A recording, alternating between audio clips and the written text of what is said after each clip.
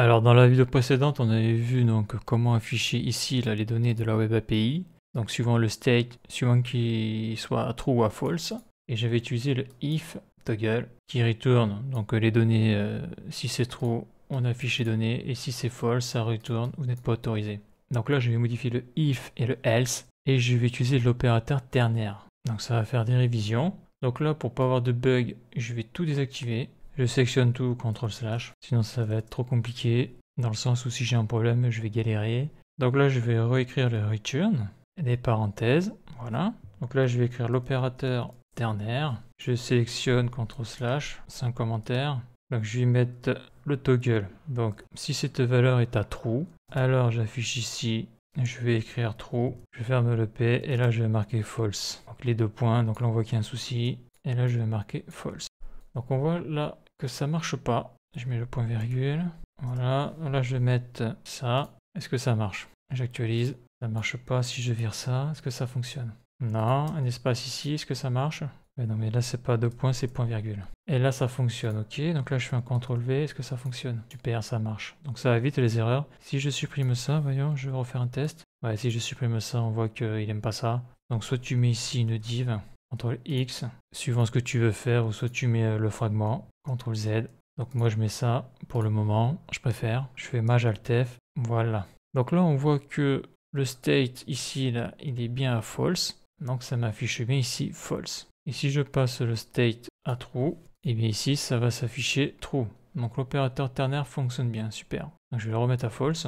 C'est son état de départ, c'est-à-dire que la personne n'est pas autorisée à accéder au contenu de la Web API. Donc là, moi, je vais revenir ici, CTRL Z. Donc moi, ce que je vais faire, ça, je vais le mettre ici, et ça, je vais le mettre ici, pour que ce soit plus lisible. Est-ce que ça fonctionne? Ça fonctionne toujours, magique. Donc là, actuellement, le state est à false. Donc là, ce que je voudrais afficher, c'est ça. CTRL C, je vais le mettre ici, voilà. Je vais le mettre là, je fais CTRL V. Bien sûr, ça ne marche pas à cause de ça, il faut que je vire les slash. Voilà, est-ce que ça fonctionne? Donc là, on voit que ça ne marche pas. Et là, ce que l'on voit là, c'est que tout est souligné en rouge, donc ça veut dire qu'il faut wrapper l'élément. Donc là, je saute la ligne, je vais remettre les fragments là. Donc la notation simplifiée, est-ce que ça fonctionne? Ça marche. Maj Alt F, voilà, donc ça là, le Maj Alt F, hein, c'est grâce à Visual Studio Code, et l'extension qui est ici, là, qui est Prettier. C'est grâce à ça que les mises en page se font de manière automatique lorsque je clique sur Maj Alt F. Donc là, on voit que ça fonctionne, hein. Donc false, vous n'êtes pas autorisé à voir le contenu, j'appuie true, et là dans le trou, rien s'affiche. Donc là, je vais prendre tout ça, CTRL C, je vais me mettre sous le trou. Ouais, mais attends, non, c'est pas bon. Quoique si, attends, je vais faire comme ça, CTRL V. Ça, je vais le descendre. Donc je sélectionne, je fais Alt flèche du bas, ça c'est bon. Et là, il faut que je vire tous mes slash là.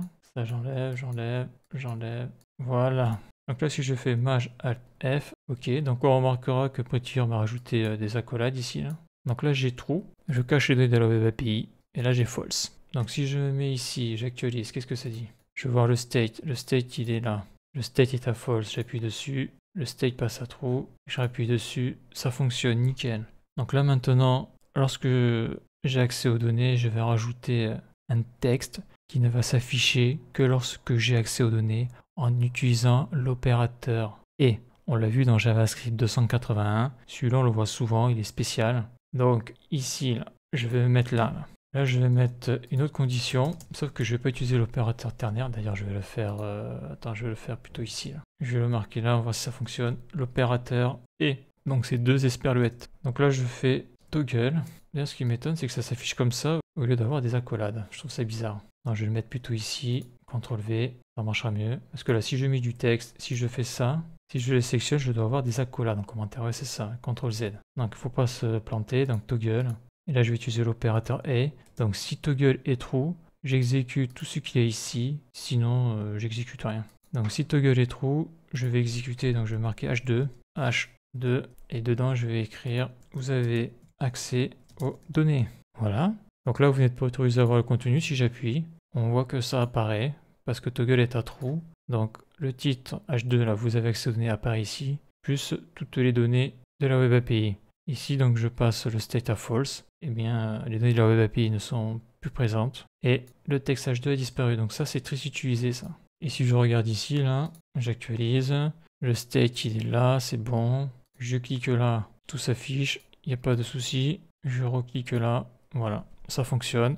Donc voilà ce que je voulais réviser vite fait. Donc l'opérateur ternaire et l'opérateur et pour l'affichage conditionnel. Donc voilà pour cette vidéo et la suite dans le prochain épisode.